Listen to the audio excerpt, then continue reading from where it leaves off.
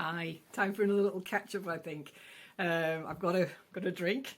It's actually not tea; it's hot water today because sometimes I drink hot water, and that's another cup, a different cup. That's one my mum gave me years ago, which seems to have survived. I think most of our family seem to have one of these.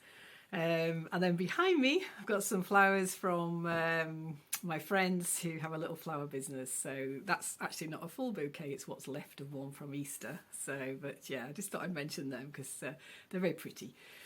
And yes, continuing from last time, really, I want to try and follow on this journey a bit and do it in some logical order. So this would be number two of our coming to France, I think.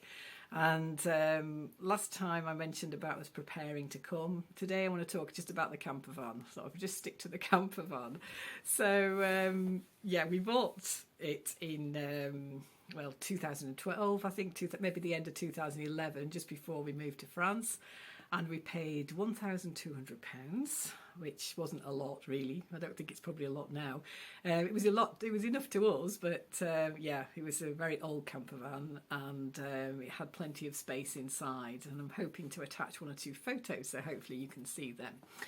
And we wanted it like that. We wanted quite a big thing, although it wasn't very good for driving around in. It was good to live in, we hoped. It gave us a bit more space.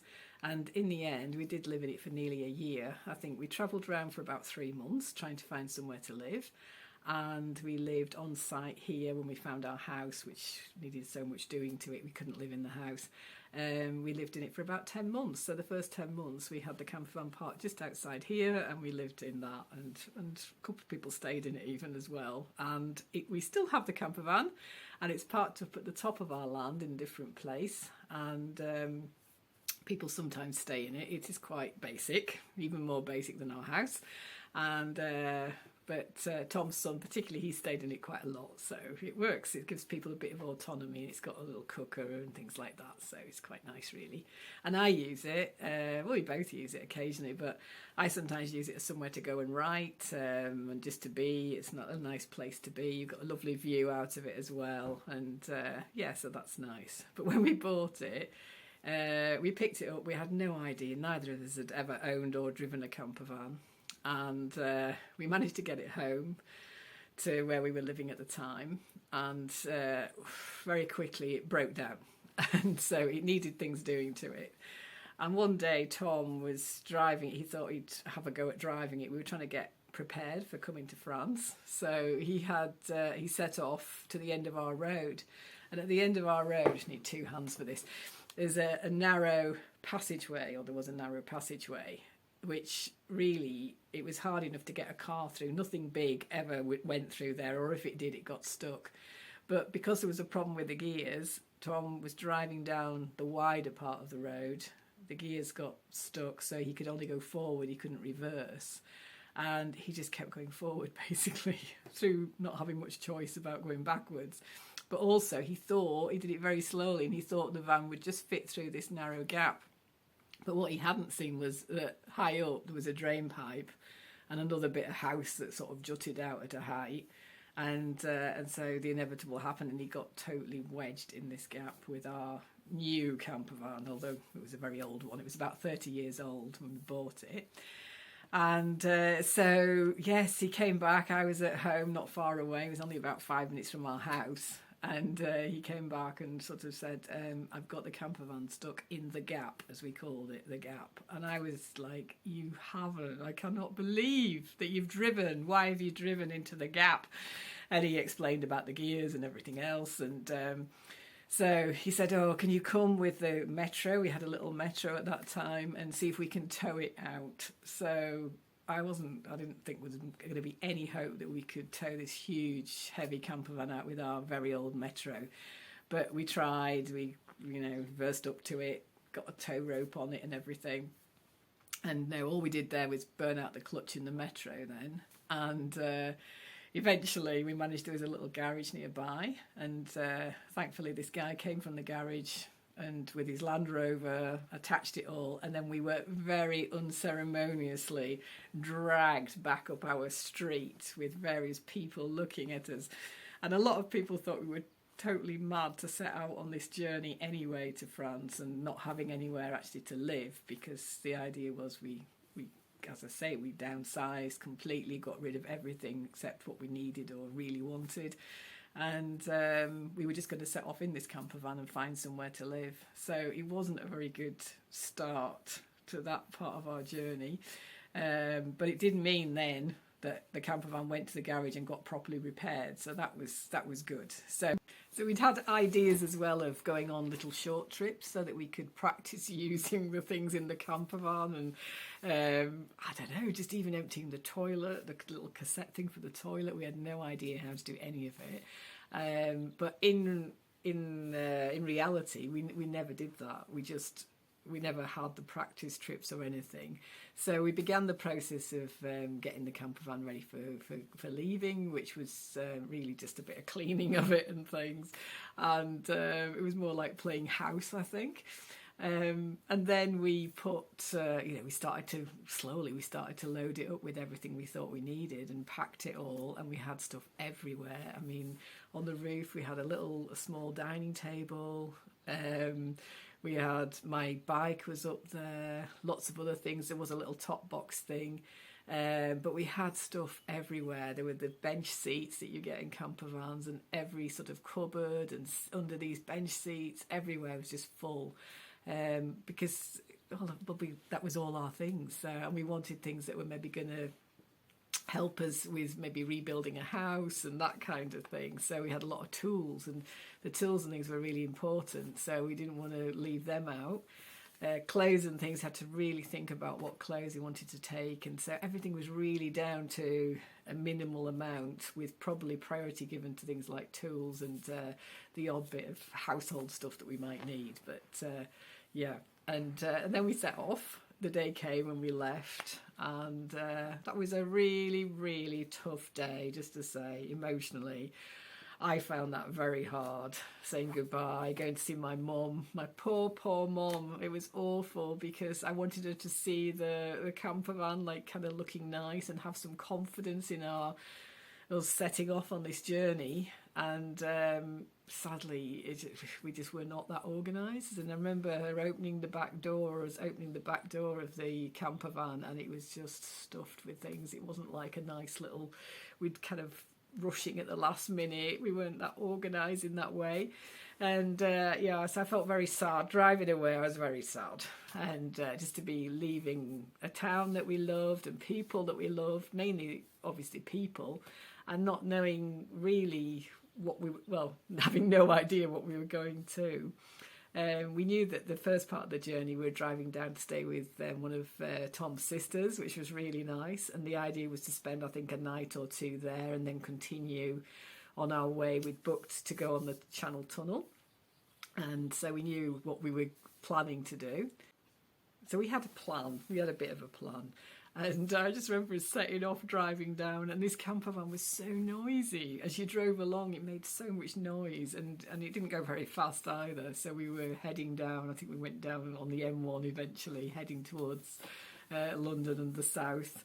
And we arrived at Tom's sister's, and it was whilst we were there that we unpacked the whole thing, really, and repacked it in a better way because we had more time. But even then, we had things like a kettle. There was this like kettle, the kind that you put on your stove, and an axe and things like that were actually packed around the engine. So it's just a bit crazy, really. Anyway, we got it all in, and we left there and continued on our way then. And we got to the Channel Tunnel, and at that point, we went through the passport control area. And we had to switch off the van at that point, and he wanted to check the gas bottle to check that our gas bottle was turned off, which it was. But then when Tom came to try and put the van on again, for whatever reason, it just would not start. It was just doing it wasn't even clicking. I think it was total silence. So when he turned the key, there was nothing. And he tried, and he lifted up the bonnet. The blooming axe was there, and the kettle, and the people were in the passport thing. I was thinking, oh my gosh, if they see these things in here, what they're gonna? Maybe we can't take an axe like that. I don't know. But it just would not start. So then we were towed away. They rang someone there and they came and towed us into the big sort of car park bit. So we'd kind of gone through passport control. We were sort of in no man's land really, but they took us back to this big car park whilst we rang the AA and tried to sort things out, and we checked that we could go on a later crossing or a later tunnel slot. And so we checked all that, and the AA came. He spent hours trying to fix it and couldn't fix it. So then he said, we've got to take it to somewhere in London. It's got to be repaired at a garage.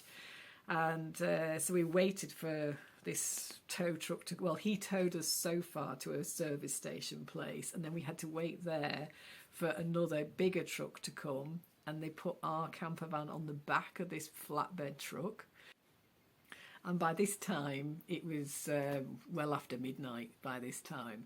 But very luckily, Tom had another sister who lived in London and whose son had a garage in the centre of London, or well, near the centre.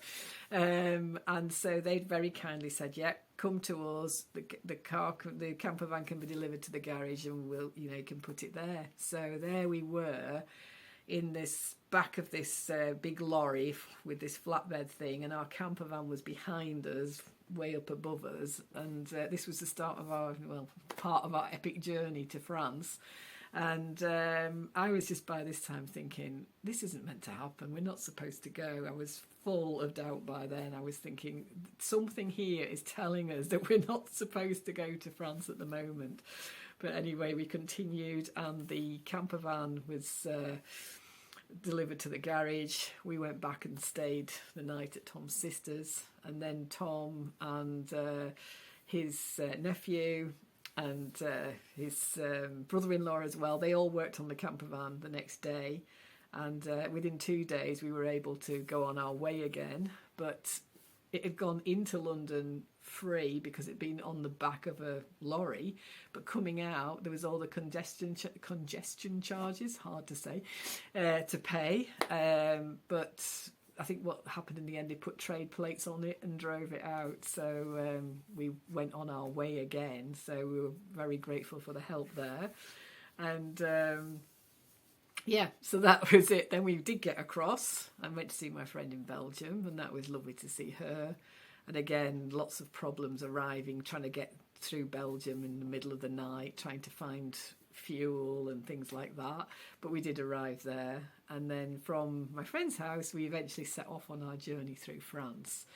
And the first night we actually stayed in the camper van was somewhere in the north of France, and a little air place. And I remember us having no idea about how anything in the camper van worked. And the next morning we knew we needed to empty our little toilet thing, and we didn't really know what to do. So we waited till all the other camper vans had left the air and gone on their way so that we could do it on our own and work it all out. So yeah, we managed. Obviously we worked everything out, but it was just complete trial and error at that time. So yeah, and then we continued on our journey through France. And this camper van continued to break down at various points. As Tom has some knowledge, quite a bit of knowledge of cars and repairing things, so he was able to repair it. But quite often we were staying in somewhere like on one of these airs that you could stay in, which are brilliant. They are so good. So if you've got a camper van, you stay on an air, and it gives you, some of them have the plug-in points so you can plug in and you can use electricity then within your van. And they also have somewhere to empty your toilet, and also to take on water and that kind of thing, and to empty your wastewater as well. That was the other thing that we didn't really know how to do, but we managed to sort that out. And but we had so many adventures with this van and all its sort of problems and things along the way. At one point we went over a speed bump, and one of the wastewater thing, I think we had 2 wastewater tanks, and one of them just fell off. In fact, we didn't even realise. There was this big bump as we went over it, and it was only that evening when we parked up on a different air that we realised the water was just draining straight out onto the ground, and we just completely lost the water tank. So Tom managed to cobble something together to make it go into another tank. And it was like that all the time, really, with various things that needed repairing. So that was sort of an additional stress as we were travelling along. But we loved it, and when it really came into its own, the van, was when we were living here. Once we got here and it didn't need to move anywhere, it was brilliant, and it worked so well for us. And we had quite a bit of space and things like that, so it was good. So in the end, it was what we wanted it to be. But the journey, which we've probably travelled around for about 3 months, looking for somewhere to live, and we stayed at various places. But yeah, for the journey did stress us out a bit, actually. At one point, we needed a new gas cylinder, and we'd just got the gas cylinder that we'd bought from the UK. Well, that was already in the van, actually, and it had some gas left in it. But in France, this cylinder didn't exist, and so we had to get another one, and it was bigger. We couldn't get one that would fit in the space where the old one had been.